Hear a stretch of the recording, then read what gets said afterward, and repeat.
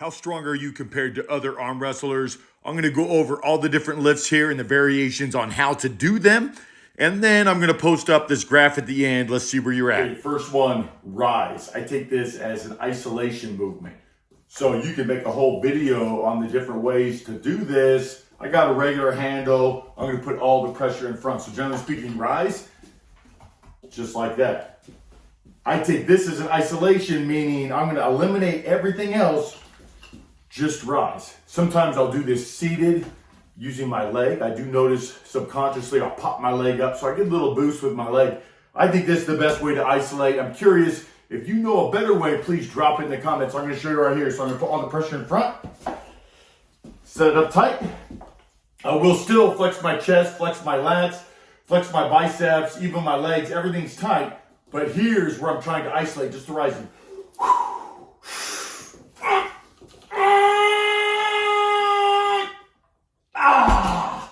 And I would say right now I'm pretty fatigued, but I don't even know if I would count that because you can see I raised up slightly. So in order to count a real PR, I would say your arm has to stay on the table. And that would count as a 1 rep PR max riser isolation. Posting back pressure. There's so many different ways to do this. Maybe the most common is to just take your handle and you're just gonna pull back using that grip. So I mean, I got quite a bit of power like that. Normally, when I max out like this, I like to lock out my riser first, and then I'll use full body.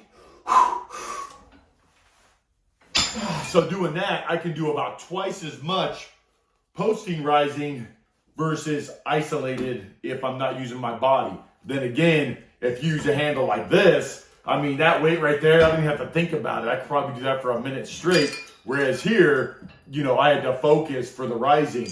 So depending on how you do that, obviously your PR is going to go way up. So I'm curious, technically, if you're just talking about posting back pressure, what method do you guys like to use? Let me know. Again, this is what I like to use.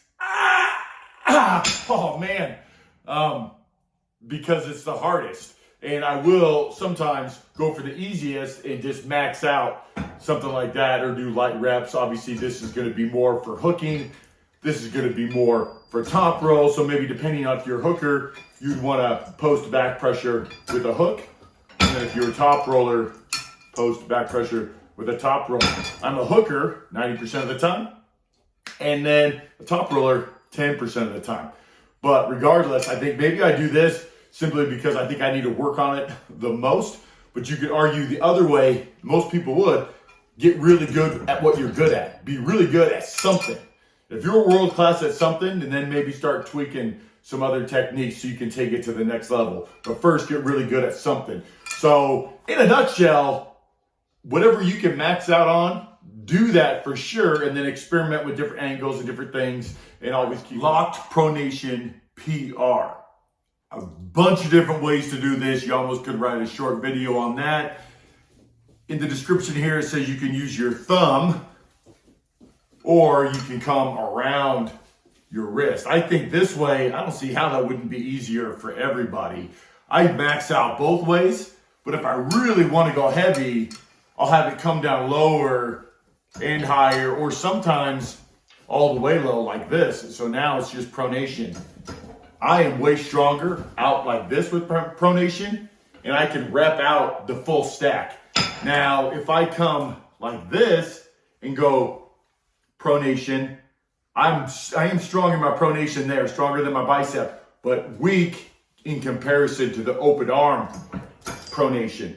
So when it says locked pronation, I really just think it means you're set in a position and you're locked in and you're pronating. So if you're here, you start here, you're here. If you start here, we're here. You start up here, and we're there. And you can experiment, and I would do all the angles, but I would primarily do what you do on the table. And then also, wherever you're the strongest, take advantage of that, max that out, get stronger, never stop growing. Side pressure. So it says the wrist wrench. I don't know why you use the wrist wrench on side pressure. I know it opens you up, but side pressure I think should come from the side of the table. So if you're square in front, right directly as much to the side as possible. the more you get around your shoulder, the more pressure you're gonna have. So in theory, some people could even count side pressure if you're just coming straight down, but that's more of a press. I think, generally speaking, side pressure, if you're looking straight on, that's side pressure. But I do think when people PR, they do it practically, they'll lock it in, side pressure, directly from the side only. I usually use the 4-inch roller for my side pressure. I do use all sorts of handles. So I'll lock myself in tight to the table. I'll lock my shoulder behind, chest tight, back tight, arms tight, and then straight down. Just like that. I'm making sure that I stay together, but more importantly, straight to the side. So experiment with different angles. I would say whatever angle or handle you can do the most, that's what I would do, because that's ultimately going to stress your side pressure, your elbow and your shoulder for that side pressure.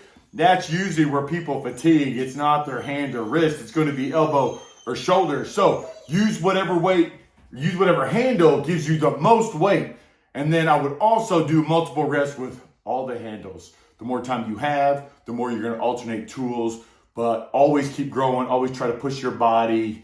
Never settle for comfort zone. Get out of your comfort zone if you want to cause changes. That's more important than anything as far as just getting strong. Just like with any sport, the more I get into it, I learn there's going to be extremes on all levels. Most of the time, when someone says there's only one way to do something, I wouldn't listen to that person, because there's always multiple ways of doing something. There might be the best way for you, and it's going to be different from somebody else. But even ways that aren't the best for you can still be beneficial doing them sometimes.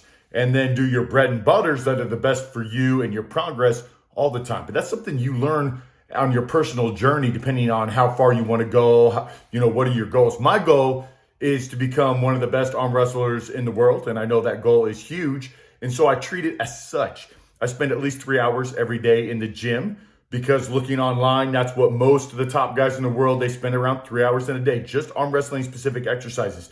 So that's what I do. I also spend hours a day researching top professional pullers, learning what they're saying about different things, so I can always make improvements. I go to practice every week. I have a veteran professional coach there. I have multiple online professional coaches, and I learn something major, especially when I go to practice. I learn something major every single week. I learn a new move that I've never done before, and then I try to set a new PR, some kind of new personal record every single week of some kind. So no matter where I'm at, I'm always progressing towards my goal the best I can. You're going to have good days. You're going to have bad days, but embrace the pain, embrace the failure, knowing you will be successful if you don't give up. Here's to your gains. You are limitless if you say you are. Crush those goals. All right, here's the chart. Check out where you're at, but remember, it's more about where you're going to be. So there's always going to be someone above you and below you. It's about doing the best every can and making personal improvements. And just because you're strong in the gym doesn't mean you're strong on the table. The table is what matters the most important. So more table time and then gym time after that. Here's to your gains.